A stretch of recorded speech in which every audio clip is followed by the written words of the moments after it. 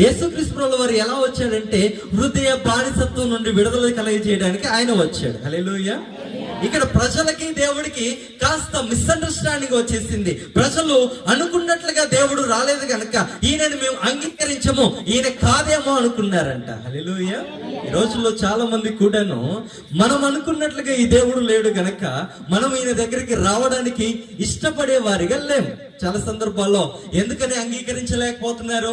అందరికీ యేసయ్య అంటే ఇష్టమే, అందరికీ దేవుడు అంటే ఇష్టమే, కానీ రండమ్మా ఈ దేవుడిని నమ్ముకోండి అని చెబితే వీళ్ళు ఏమంటారు తెలుసా? మొట్టమొదటి మాట, వద్దండి అందులోకి వస్తే బొట్టు తీసేయాలా, అందులోకి వస్తే ఏమి పండగలకు వెళ్ళొద్దు, పండగలు చేయొద్దు, తాగేది ఉండదు, తిరిగేది ఉండదు, ఏది చేసేది ఉండదు, అందులోకి వస్తే నిష్ఠగా బ్రతకాలా, అందులోకి వస్తే మంచిగా బ్రతకాలా, అది మా వల్ల కాదు. ఎప్పుడైనా ఒకసారి 40 రోజులు 50 రోజులు 30 రోజులు భక్తిని చేయమంటే చేస్తామేమో గాని ఆ తర్వాత జీవితకాలం దాన్ని కొనసాగించాలంటే మా వల్ల కాదు. అంతే కదండి. కొంతమంది విడ్డూరంగా భక్తిని చేస్తారు. అదేంటంటే కొన్ని రోజుల భక్తిని చేస్తారు, అంతవరకు నిష్ఠగా ఉంటారు. నాకు విచిత్రం అనిపిస్తా ఉంటుంది. ఆ భక్తి కొనసాగించబడితే ఎంత అద్భుతమో, ఇల్లు ఎంత సమాధానమో. అప్పటి వరకు కూడా వారి నోట నుండి బూది మాట రాదు, వారి నోట నుండి ఎలాంటి బాధ పెట్టే మాట రాదు. వారు కొట్టరు, తిట్టరు, ఎవరిని ఇబ్బంది పెట్టరు. వారు ఎంతో సంతోషంగా ఉంటారు, ఇంట్లో ఎంతో నెమ్మది ఉంటుంది. 40 రోజులు 50 రోజులు అయిపోయిన తర్వాత మానేసిన దానికంటే ఎక్కువగా మరలా తాగుతూ ఉంటారు, తిరుగుతూ ఉంటారు, తింటా ఉంటారు, తిడుతూ ఉంటారు, కొడుతూ ఉంటారు, ఇష్టారాజ్యంగా ప్రవర్తిస్తూ ఉంటారు. భక్తి అనేది కొన్ని రోజులకి పరిమితము కాదు. భక్తి అనేది జీవిత కాలము, శాశ్వత కాలము మన జీవితంలో నిలిచి ఉండవలసిందిగా ఉండింది అని ప్రభువు యేసుక్రీస్తు వారు మనకు తెలియజేస్తా ఉన్నారు. ఆమెన్. అమ్మో అంత నిష్ఠగా బతకాలంటే మా వల్ల ఏడైంది కాబట్టి మాకొద్దు. హల్లెలూయా.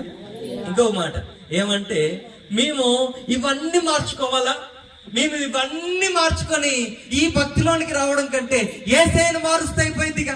హల్లెలూయా. అడియద్దు హల్లెలూయా. మేము మారడం కంటే యేసయ్యను మారుస్తే అయిపోయింది కదా అని కొద్దిమంది మార్చడం మొదలు పెట్టారు. యేసయ్యకి బొట్లు పెడుతున్నారు, యేసయ్యకి కొబ్బరికాయలు కొడుతున్నారు, యేసయ్యకి అగరబత్తిలు అంటిస్తున్నారు, యేసయ్యకి పూజలు చేస్తున్నారు, యేసయ్య ముందు బతుకమ్మలు ఆడుతున్నారు. హల్లెలూయా. సిలువను మధ్యలో పెడుతున్నారు, బతుకమ్మలు ఆడుతున్నారు. హల్లెలూయా. ఎందుకో మేము మారం, ఈయనను మార్చేస్తే పోలా. మేము ఎలా అయినా మారము, మా జీవితాలు ఎలా అయినా మార్చుకోము, మేము ఈయననే మార్చేస్తామని ఆయనకి అడ్డబొట్లు పెట్టేస్తున్నారు, కొంతమంది నిలువు బొట్లు పెట్టేస్తున్నారు, మరి కొంతమంది ఈ మరియ తల్లి కూడా పెట్టేస్తున్నారు. హల్లెలూయా. ఎక్కడ చెప్తా హల్లెలూయా. ఎక్కడైనా విన్నారా? నేను చాలా చూశాను. ఏంటి మధ్యలో సిలువ పెట్టేసి దానికి లైట్లు పెట్టేసి చుట్టూ కూడా బతుకమ్మ. ఏంటి హల్లెలూయా. ఏం చేస్తున్నారు? చుట్టూ తిరుగుతున్నారు. పాస్టర్ గారు కూడా అందులో ఉండి ఆయన పాట పాడుతున్నారు, మైక్ పట్టుకొని. వీళ్ళందరూ స్త్రీలందరూ తిరుగుతా ఉన్నారు. హల్లెలూయా. గడియొద్దు హల్లెలూయా. ఎక్కడికి పోయింది భక్తి? స్వకీయులు ఎందుకని అంగీకరించలేకపోయారో? నేను అనుకున్నట్టు నువ్వు లేవు గనక నేను నిన్ను అంగీకరించు. నేను అనుకున్నట్టు నీవు లేవు. నేను అనుకున్నట్టుగా నువ్వు ప్రవర్తించట్లా, నేను అనుకున్నట్లుగా నువ్వు జీవించట్లా, నేను అనుకున్నట్లుగా నువ్వు రాలా. నేనేమనుకున్నా? రాజంటే గొప్పగా వస్తాడనుకున్నా, రాజంటే ఉన్నతంగా వస్తాడనుకున్నా, రాజంటే రాజనగర్లో పుడతాడనుకున్నా. పశువుల పాకలో పుట్టినవాడు మమ్మల్ని ఉద్ధరిస్తాడా? మేము ఆయన దగ్గరికి ఎందుకు పోవాలా? ఆయన దగ్గర ఏముందని మేము ఆయనని నమ్ముకోవాలా? చాలా మంది కూడా ఈ రకంగా యేసయ్యను తిరస్కరిస్తూ నిత్య రాజ్యాన్ని పోగొట్టుకుంటున్న వారు బోలెడు మంది. ఇదిగో నీవు కోల్పోతున్నది నీకు అర్థమవుతాయి కనుక యేసయ్యను బ్రతిలాడి ఆయన దగ్గరికి వస్తావు. హల్లెలూయా. హల్లెలూయా. ఏం కోల్పోతున్నావు తెలుసా? చిన్న చిన్నవి ఆనందాల కొరకు నిత్య రాజ్యాన్ని కోల్పోతా ఉన్నావు. హల్లెలూయా. యేసయ్యను వద్దనుకోవడము అంటే ఏంటో తెలుసా? నరకాగ్నిని కోరుకోవడమే. యేసయ్యను వద్దనుకోవడం అంటే ఏంటో తెలుసా? మనశ్శాంతి లేని జీవితాన్ని కోరుకోవడమే. యేసయ్యను వద్దనుకోవడం అంటే ఏంటో తెలుసా? గొడవలతో కూడిన జీవితాన్ని కోరుకోవడమే. యేసయ్యను వద్దనుకోవడం అంటే ఏంటో తెలుసా? సమాధానము లేని బ్రతుకును బ్రతకడమే. హల్లెలూయా. హల్లెలూయా. లోకానికి ఆయన విడుదలను విముక్తిని తీసుకొని వచ్చాడు, కానీ బానిసపు సంఖ్యల నుండి, అంటే బయట కనబడుతున్న బానిసపు సంఖ్యల నుండి కాదు, నీ శరీరేచ్ఛల నుండి, నీ మనసేచ్ఛల నుండి నీకు విడుదల కలగజేయడానికి ఆయన ఈ లోకానికి దిగి వచ్చి ఉన్నాడు. ఆమెన్. కనుక చప్పలు కొట్టి దేవుణ్ణి మనం పరుచుతాము. Happy Christmas, happy Christmas. కొన్ని సందర్భాల్లో క్రీస్తును కలిగిన వారు కూడా ఇప్పటికీ ఆయనని అంగీకరించని వారిగా మారిపోతూ ఉన్నారు. చాలా మంది కూడా బంధువులకి భయపడి యేసయ్యను దూరం చేసుకునే వారు లేకపోలేదు. ఉన్నారా లేరా?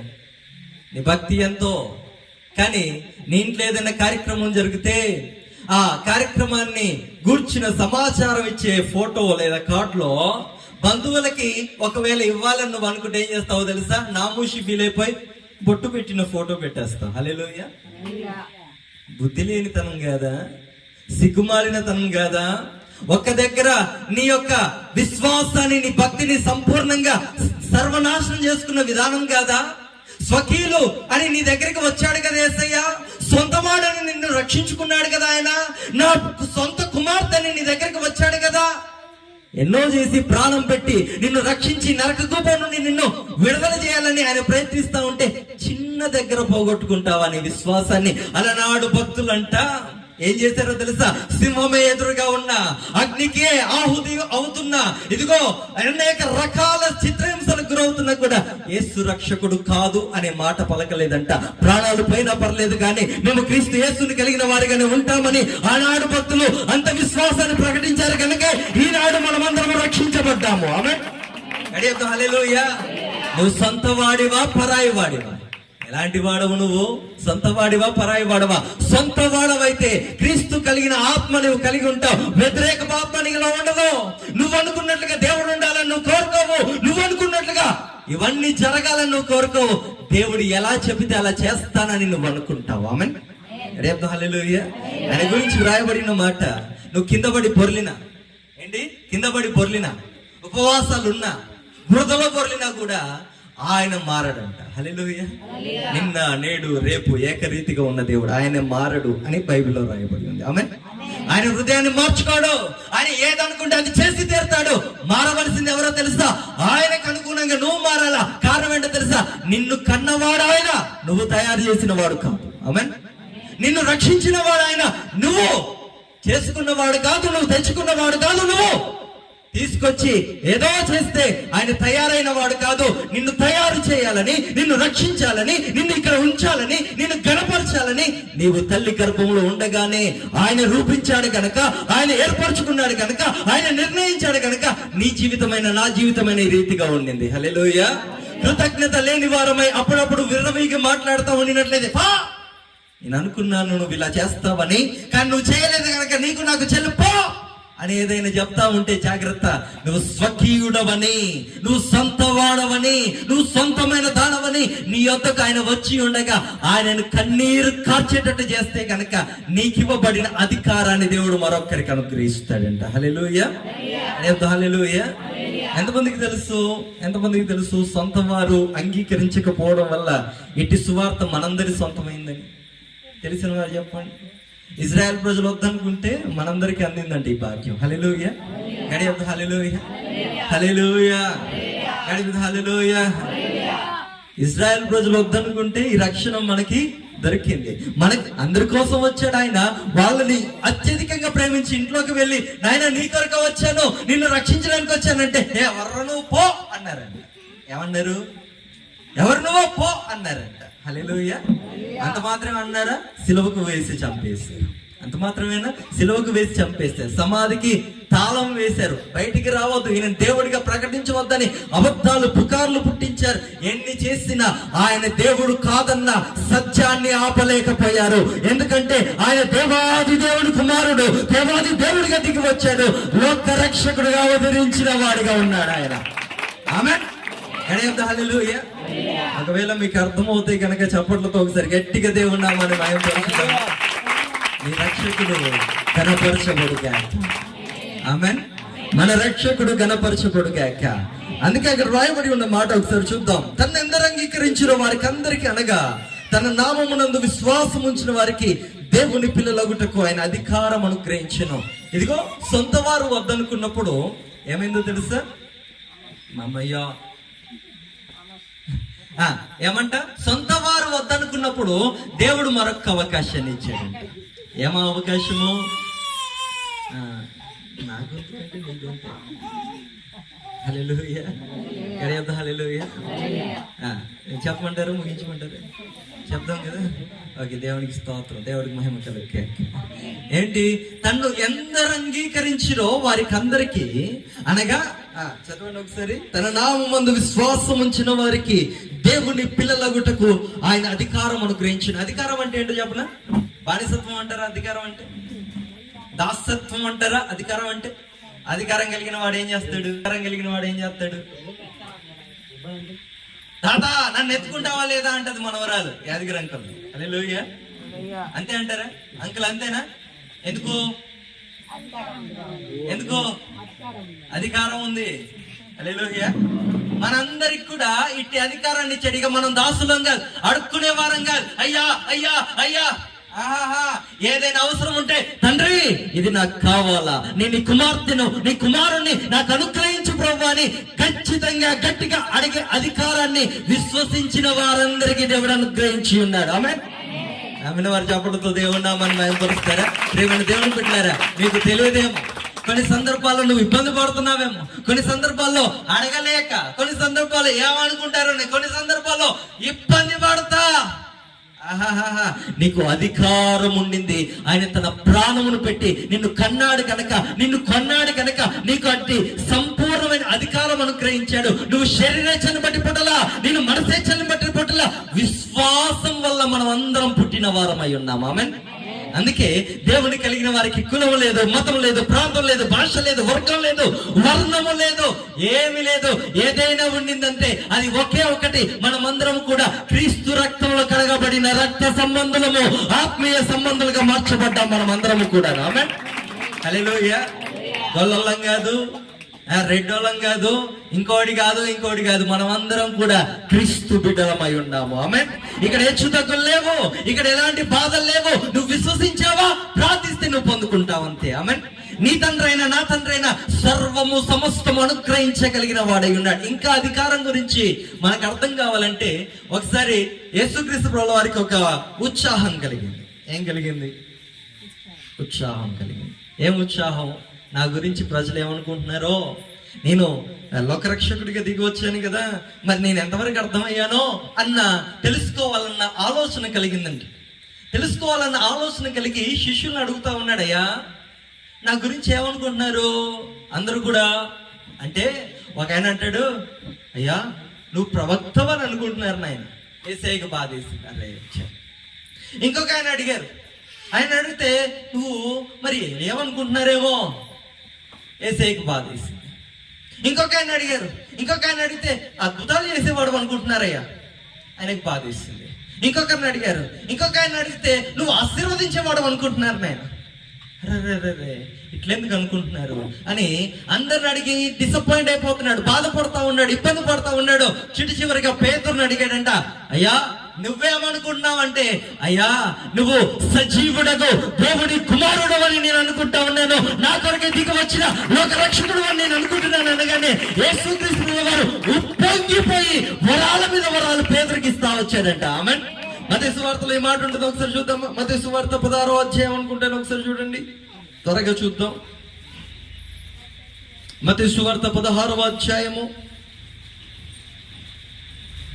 17వ వచనము, 15, 16, 17 ఈ వచనాలు ఉన్నాయి. అందుకు ఆయన, మీరైతే నేను ఎవరినని చెప్పుకొనుచున్నారని వారిని అడిగాను. అందుకు సీమోను పేతురు, నీవు సజీవుడగు దేవుని కుమారుడవైన క్రీస్తువని చెప్పాను. అందుకు యేసు, సీమోను బర్యోనా నీవు ధన్యుడవు, పరలోకమందున్న నా తండ్రి ఈ సంగతి నీకు బయలుపరిచినే కానీ నరులు నీకు బయలుపరచలేదు. ఈ రోజు ఇక్కడ ఉన్న వారు ఎవరైతే యేసుక్రీస్తు ప్రభువు వారిని సజీవుడైన దేవుని కుమారుడని, దేవాది దేవుడని నమ్మి విశ్వసిస్తున్నారో వారందరూ కూడా ధన్యులుగా మార్చబడతా ఉన్నారు. ఆమేన్. మనం అందరం ఎవరమండి? యేసయ్యను బట్టి ధన్యులమై ఉన్నాము. గడిగ దేవుని బట్టి దేవుని నామమును మహిమపరచుదామా. బాధలు పడడానికిలా, ఇబ్బందులు పడడానికిలా యేసయ్యను బట్టి మనం ధన్యులమై ఉన్నాము. ఆమేన్. మొన్న నేను తాటిపాముల్లో ప్రసంగం చేయడానికి వెళ్ళాక, ప్రసంగం చేసిన తర్వాత పరంజ్యోతి పాస్టర్ గారు మాట్లాడుతా, నందాపురంలో సువార్త ప్రకటించడానికి నేను వెళ్ళా చెప్తున్నాడు. సువార్త ప్రకటించడానికి నేను వెళితే ఉన్నాడుగా అన్న యాదగిరి అన్న ఉన్నాడుగా, నన్ను గల్లబట్టి గుంజి ఎవర్రా మీరు ఏం ప్రకటిస్తున్నారని కొట్టి పంపించా. హల్లెలూయా. బెదిరించి పంపించే. నేను అప్పుడే అన్నాను, నువ్వే దేవుడి కోసం బలంగా వాడబడతావని నేను అన్నాడు. అయ్యా మీ మాట నెరవేర్చబడింది. నందపురం గ్రామంలో ఇప్పుడు ఆయన బలమైన క్రీస్తు సాక్షిగా నిలబడతా ఉన్నాడు. హల్లెలూయా. గడియొద్దు. హల్లెలూయా. ఎవరైతే క్రీస్తును వ్యతిరేకించారో, వారు ఎప్పుడైతే క్రీస్తు నిజదేవుడని తెలుసుకొని అంగీకరించారో, వారి జీవితము ధన్యకరమైన జీవితముగా దేవుడు మార్చివేశాడు. ఆమేన్.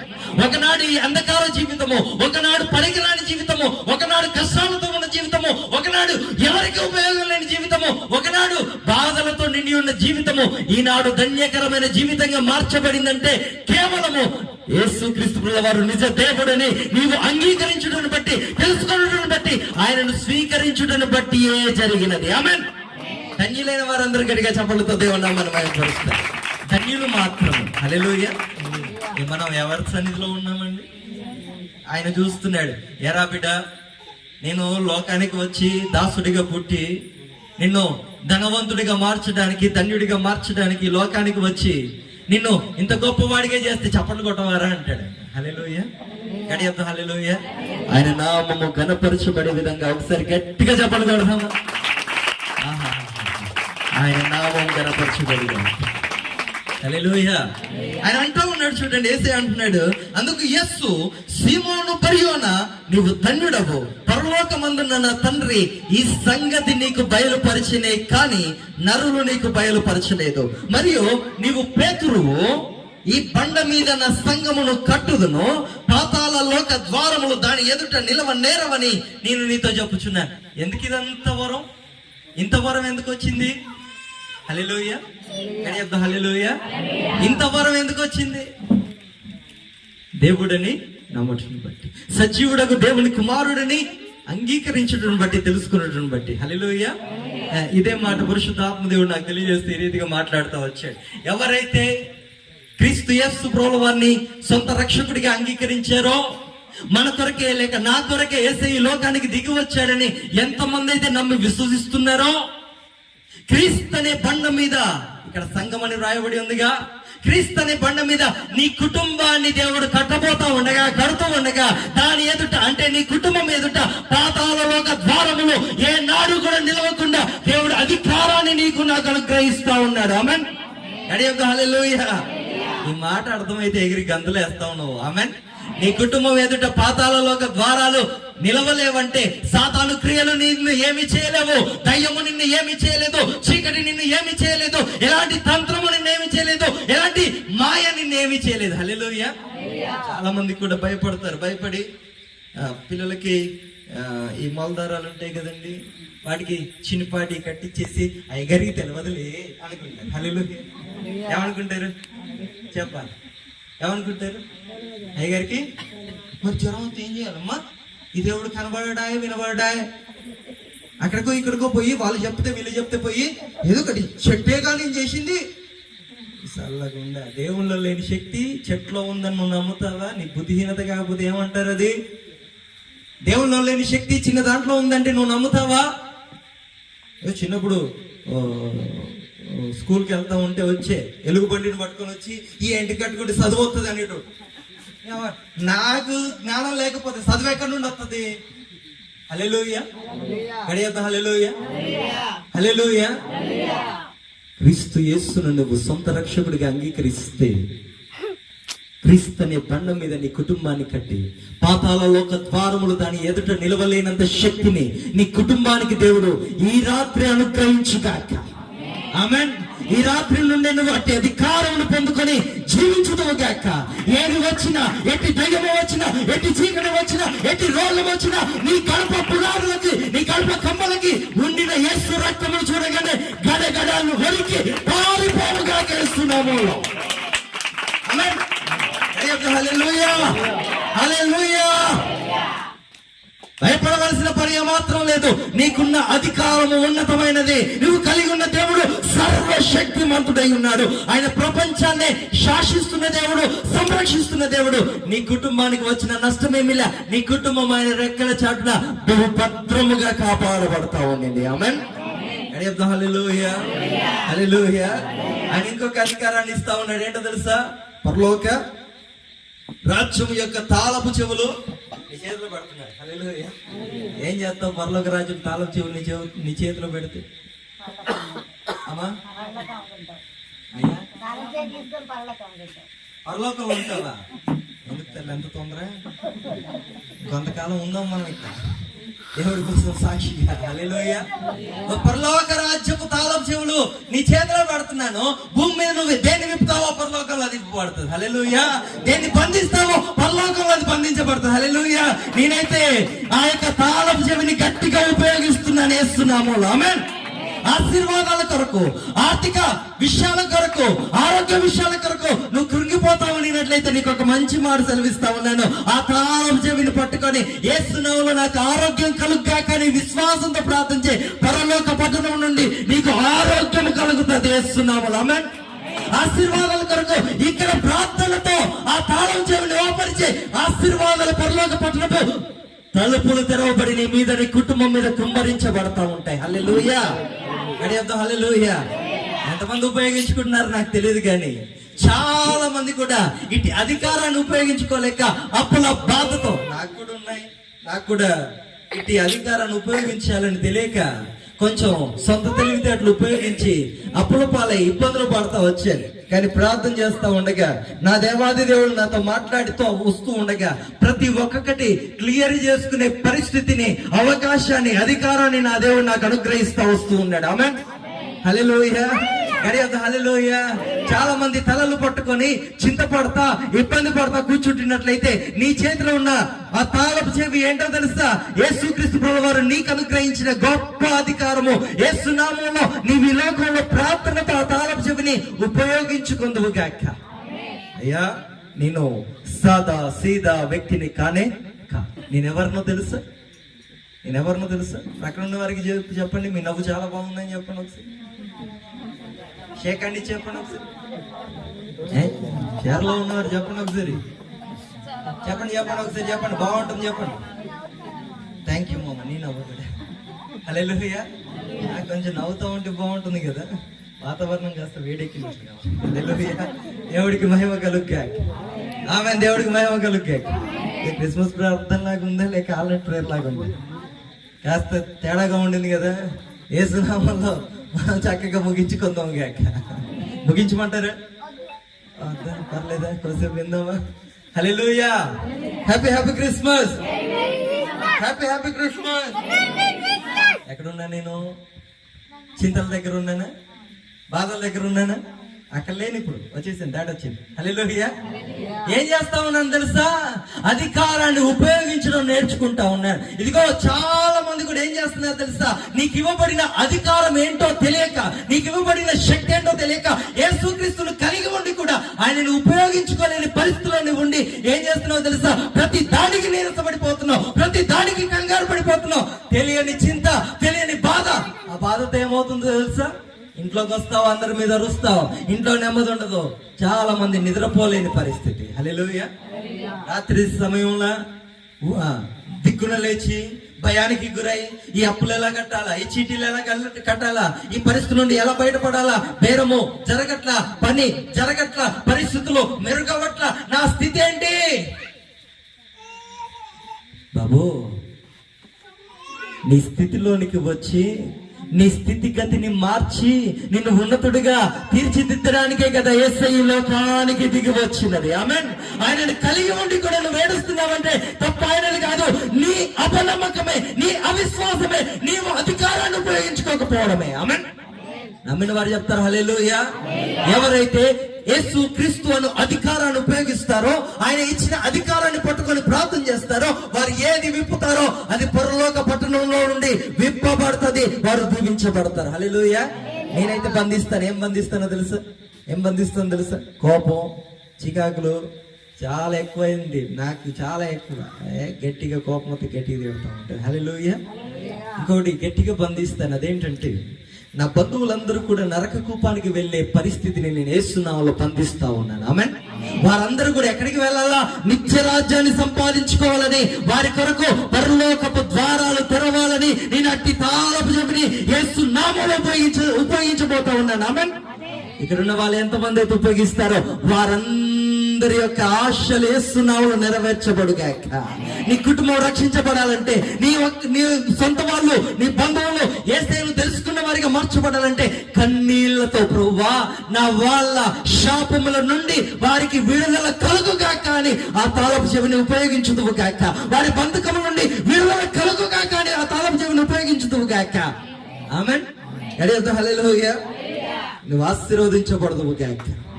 నీ చేతిలోని ఆశీర్వాదములు ఉండగా పక్కన ఎందుకు చూస్తావు? నీ చేతిలోని అన్ని ఉండగా ప్రక్కన ఎందుకు చూస్తావు? యేసు నామములో నీవే దీవించబడదువు గాక. ఇప్పుడు చెప్పండి, నీకు అనుగ్రహించిన అధికారాలు ఎటువంటివి? చీకటి శక్తులు ఎదుట నిలవలేవు. పరలోక రాజ్యము భూమి మీద సమస్త అధికారం నీకు ఉండింది. హల్లెలూయా. హల్లెలూయా. దేవుని పిల్లలుగా ఉండడానికి నీకు అధికారం ఇవ్వబడింది. ఆమేన్.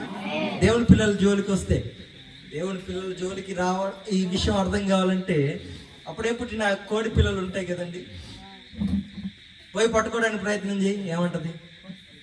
నన్ను దోవనన్న వచ్చి పట్టుకో, నీ కొరకు ఎదురు చూస్తున్నా అంటదా? కోడి ఏం చేస్తుంది? తల్లి ఏం చేస్తుంది? ప్రాణం పెట్టైనా కాపాడుకోవాలని ప్రయత్నం చేస్తుంది. హల్లెలూయా. కోడికే అట్లుంటే, సమస్తాన్ని సంరక్షిస్తున్న దేవుడు, నిన్ను కంటికి రెప్పలా కాపాడుతున్న దేవుడు, తన అరచేతిలో నిన్ను చెక్కుకొని నిన్ను గొప్పగా చూసుకుంటున్న దేవుడు, అపవాది ఎప్పుడైనా వచ్చి నిన్ను తాకాలని చూడగానే ఏం చేస్తాడో తెలుసా? వెత్తున లేసి వాడిని ఎక్కడికి? అగ్నిగుండానికి తరిమి నిన్ను సంరక్షించుకుంటాడు ఆయన. ఆమేన్. హల్లెలూయా. గట్టిగా చప్పట్లు కొట్టి దేవుని నామమును మహిమపరచుదామా. మనల్ని కంటికి రెప్పలా కాపాడుతున్న మన ప్రభువు, ఆయన నామము ఘనపరచబడుగాక. మనకి అధికారాన్ని ఇవ్వడానికి వచ్చిన యేసయ్య నామము స్తుతినందుగాక. ఆమేన్. హల్లెలూయా. మన సొంత వారమై మునుపు దూరస్థులం గాని ఇప్పుడు సమీపస్తులము, క్రీస్తును కలిగిన మనమందరము ధన్యులము. హల్లెలూయా. దేవుడి మాటలు దీవించుగాక. అందరము ప్రార్థన చేసుకుందామండి. అందరూ కూడా తలలు వంచినట్లయితే ప్రార్థన